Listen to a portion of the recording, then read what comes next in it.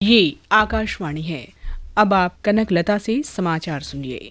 Britain के प्रधानमंत्री David Cameron 3 दिन की भारत यात्रा पर आज सवेरे मुंबई पहुंचे। वे इस दौरान उद्योगपतियों से मिलेंगे और शीर्ष नेताओं के साथ वार्ता करेंगे। महाराष्ट्र के मंत्री सुरेश शेट्टी और वरिष्ठ सरकारी अधिकारियों ने मुंबई हवाई अड्डे पर उनका स्वागत किया। विदेश मंत्रालय के वक्तव्य के अनुसार डेविड कैमरन के साथ ब्रिटेन का एक प्रतिनिधिमंडल भी आया है, जिसमें ब्रिटिश कॉरपोरेट्स के कार्यकारी अधिकारी, विश्वविद्यालयों के वाइस चांसलर और वरिष्ठ सरकारी अधिकारी शामिल हैं। मुंबई में श्री कैमरन हिंदुस्तान यूनिलीवर के मुख्यालय जाएंगे, उद्योगपतियों के साथ बैठक करेंगे और सेंट जेवियर स्कूल जाएंगे तथा पुलिस स्मारक पर पुष्प चढ़ाएंगे। श्री कैमरन कल नई दिल्ली पहुंचेंगे। प्रधानमंत्री मनमोहन सिंह ने केंद्रीय मजदूर संगठनों से 20 फरवरी से प्रस्तावित 2 दिन की हड़ताल न करने की अपील की है। डॉक्टर सिंह ने कहा कि इस हड़ताल से न केवल देश को आर्थिक नुकसान होगा बल्कि आम लोगों को भी असुविधा होगी। प्रधानमंत्री ने मजदूर संगठनों से बातचीत की पेशकश भी की है। महंगाई पर काबू पाने में सरकार की कथित निष्क्रियता और श्रम कानूनों के कथित उल्लंघन के विरोध में 11 केंद्रीय मजदूर संगठनों और कामगार परिसंघों ने बुधवार से 2 दिन की राष्ट्रव्यापी हड़ताल का आह्वान किया है। प्रधानमंत्री ने मंत्रिमंडल के वरिष्ठ सहयोगियों श्री के एंटनी, श्री शरद पवार, श्री पी चिदम्बरम और श्रम मंत्री मल्लिकार्जुन खड़गे से कहा है कि मजदूर संगठनों से बातचीत करें।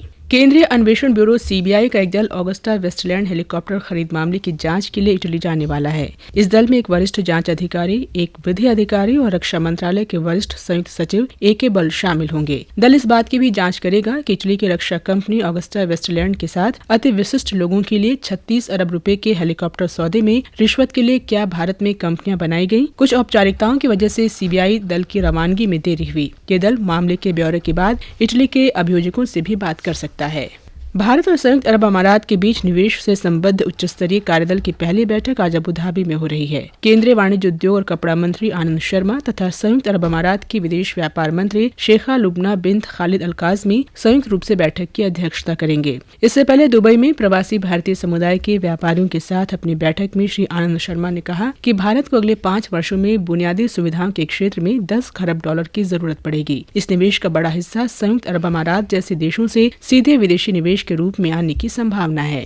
राष्ट्रपति प्रणब मुखर्जी आज राष्ट्रपति भवन में एक कार्यक्रम में जानी मानी सामाजिक कार्यकर्ता श्रीमती इला रमेश भट्ट को वर्ष 2011 का इंदिरा गांधी शांति, निरस्त्रीकरण और विकास पुरस्कार प्रदान करेंगे। श्रीमती भट्ट स्वरोजगार में लगी महिलाओं के संघ की संस्थापक हैं। 79 वर्षीय श्रीमती भट्ट अंतर्राष्ट्रीय श्रम, सहकारिता और महिला आंदोलनों से भी जुड़ी रही हैं। प्रधानमंत्री मनमोहन सिंह की अध्यक्षता में एक अंतर्राष्ट्रीय ज्यूरी ने पुरस्कार के लिए श्रीमती इला भट्ट को चुना है। राजस्थान सरकार ने राज्य के विभिन्न भागों में हाल की ओलावृष्टि से प्रभावित परिवारों के लिए राहत पैकेज की घोषणा की है। जिन छोटे, मझोले और अन्य किसानों की 50% फसलें नष्ट हुई हैं, उन्हें खेती के लिए राहत अनुदान देने का फैसला किया गया है। यह अनुदान अधिकतम 2 हेक्टेयर भूमि के लिए दिया जाएगा। अभावग्रस्त घोषित किए गए गाँवों में लगान की उगाही भी स्थगित रहेगी। इन इलाकों में छोटे अवधि के कर्जों की वसूली भी स्थगित कर दी जाएगी और ऐसे कर्जों को मध्यावधि ऋणों में बदला जाएगा। उधर आंध्र प्रदेश में पिछले 2 दिन से हो रही बेमौसम वर्षा और ओले गिरने से 17 लोगों की मौत हो गई है। महाराष्ट्र में ओलावृष्टि के साथ हुई बारिश और तेज हवाओं से खड़ी फसलों और बागानों को काफी नुकसान पहुंचा है। राजधानी दिल्ली में आज सुबह घना कोहरा देखने को मिला। मौसम विभाग के अनुसार अगले 2 दिन में दिल्ली में न्यूनतम तापमान 10 से 11 डिग्री सेल्सियस के बीच रहेगा। अधिकतम तापमान 20 डिग्री सेल्सियस रहेगा।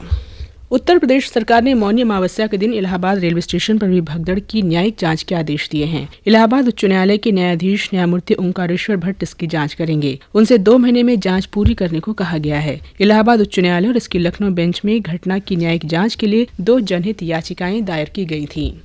इसके साथ ही ये समाचार बुलेटिन समाप्त हुआ।